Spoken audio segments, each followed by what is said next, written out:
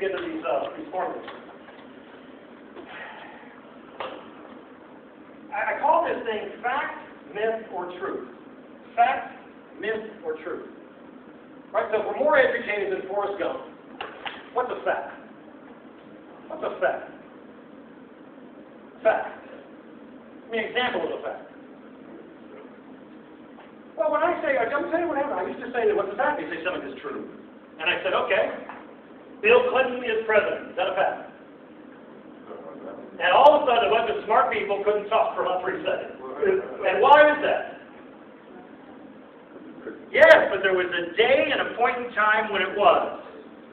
And that's what a fact is. A fact isn't true except on a specific point in time and space. Which means that many things that people yesterday said were facts are no longer true today. So what's the truth? What's the truth? I like what William James said. William James was this, he came over from Scotland, and he and his brother was like, they both went to Harvard to teach. William James started off as a medical doctor, then became a psychologist, then started heading the philosophy department. And before he passed away in about 1911, he said this, he said, truth is what works. So fact is only true at a certain point in time. Truth, however, is what works. And I remember a truth that I got when I was in high school. I was born and raised here in Las Vegas. I moved away high school to Washington State. And I had a coach, a PE coach, Coach Lear, Jim Lear. Coach Lear was like this monstrous man who had one leg that was like 6 inches shorter than the other. So he had like Popeye arms, right? He's a football coach, right? But when he walked, he did this kind of thing, right? So you were half between impressed and unilateral, right? But he said this because I was like half going. I was the guy that kept trying to get out of exercise. And he was smart enough, maybe wise enough, to give me a truth. He said, you know, Tiger, he didn't say, you're lazy. Don't we hate that? I mean, Kierkegaard, right? The philosopher, he said, Kierkegaard says, when you label me, you negate me. We hate being labeled. But we love to label ourselves. You got engineers coming to Vegas for a convention that says, I'm an engineer. I am Dr. So-and-so, right? They label themselves. But you call them something? Oh man, those are fight words. So Coach Lear was wise enough not to tell me I'm lazy, label me. But he said this. He said, listen carefully. I think this is the truth. Truth, something that works. The human body is the only thing that gets better the more you use it.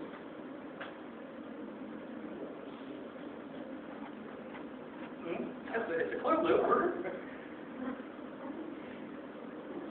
The human body is the only thing that gets better the more you use it. So I said, okay, so if I do more push-ups, right, and I do more every day, what's going to happen? I'm going to get stronger. I'm going to be able to do more, right? Because the more you do, the more you can do, right? And then you start showing off and talking with an Aussie accent. Oh yeah, oh yeah, oh yeah.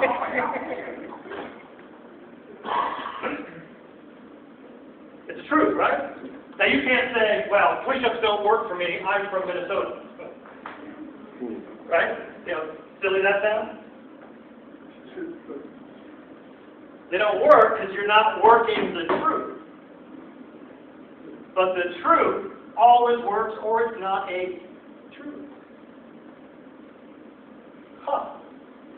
So how odd is it that you came in here maybe thinking facts were true, and then you're finding out the facts more than likely are not true today. And truth is the only thing still true. But here's one more thing. We call them myths. And the people on the news who spout facts are the same people that use the word myth as if a myth is something that's not true. Something that's not true. Now, before we had all these people with degrees, really, before the 20th century, before we had the American Psychological Association, before we had the American Medical Association, 2,000 years before that, 40 eons before that, we had philosophy. And the most notable were really the Greek philosophers. And the Greek philosophers gave us stories that have become movies, right? You guys saw, who saw Troy with Brad Pitt? He's so hot. All right, so you saw, okay, so, I don't even, so this came from Homer, the author, wrote a book. Well, now, if you can buy the book, it's like 800 pages. He has two books, right? The Iliad and the Odyssey. And so it comes from the Iliad. But in Homer's day, 580, 600 BC. BC. Before tomorrow.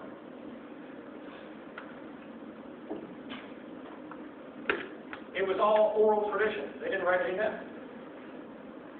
So when you were raised, you had some old guy telling you this whole long big story about Agamemnon, Troy, and the Oracle at Delphi, and all these things. One of the stories contained in there, and the funniest way I know to tell it comes from a guy named Heinrich Schliemann. Anybody with German descent in the room? German? Anybody? Okay. Heinrich? Next to good. Heinrich Schliemann, about 1826, 1830, he was 12, 14 years old. He was handed off from his dad, who was a pastor, to his uncle, who owned he was like an entrepreneur in Germany in a small college town. Dad could no longer take care of the boys, so he handed them off. And now Heinrich's uncle took care of Heinrich, and young 12 to 14-year-old Heinrich just worked and bussed tables and did beer, helped the people who come into this little Bavarian deli inside this college town. So obviously there were students there, and before there were laws on how old you had to be to drink. They had a bunch of students in there ordering what they ordered. And there was a certain professor who'd come into this room who just did hammer. And this professor, the way the story goes, young Heinrich heard this professor reel off line upon line upon line of the Iliad. And all the stories of Troy and Agamemnon and the Trojan horse and the wars and all the stuff that went on.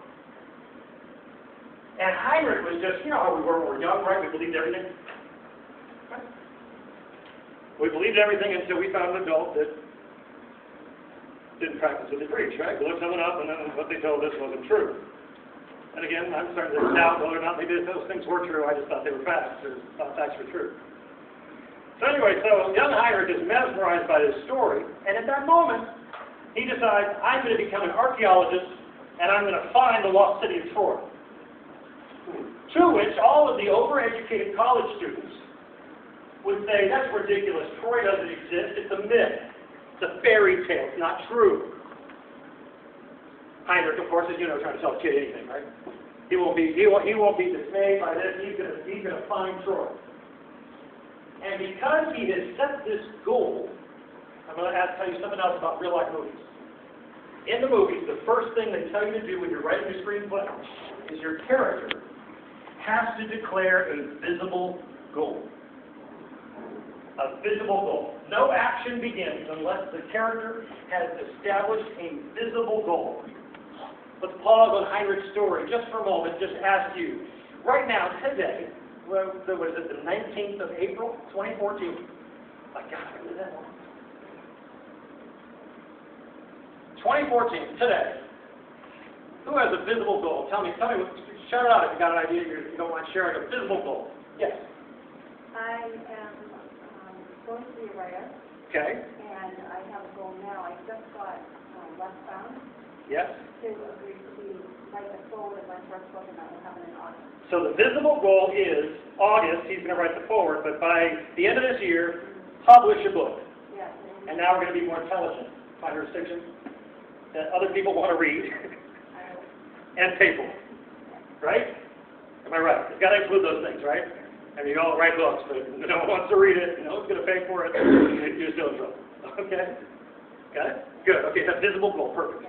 Anybody else? Visible goal. Yes. I'm a therapist, and I want to write a book about relationships. Okay. All right, so visible goal is to publish a book on relationships. Now let's go another level. What's the goal of the book? Why did you want to write the book just to make yourself feel better? Tell a story. You want to help people avoid problems you... I want to help people out. Because there's a lot of people that can get along and will grow out with it. Really?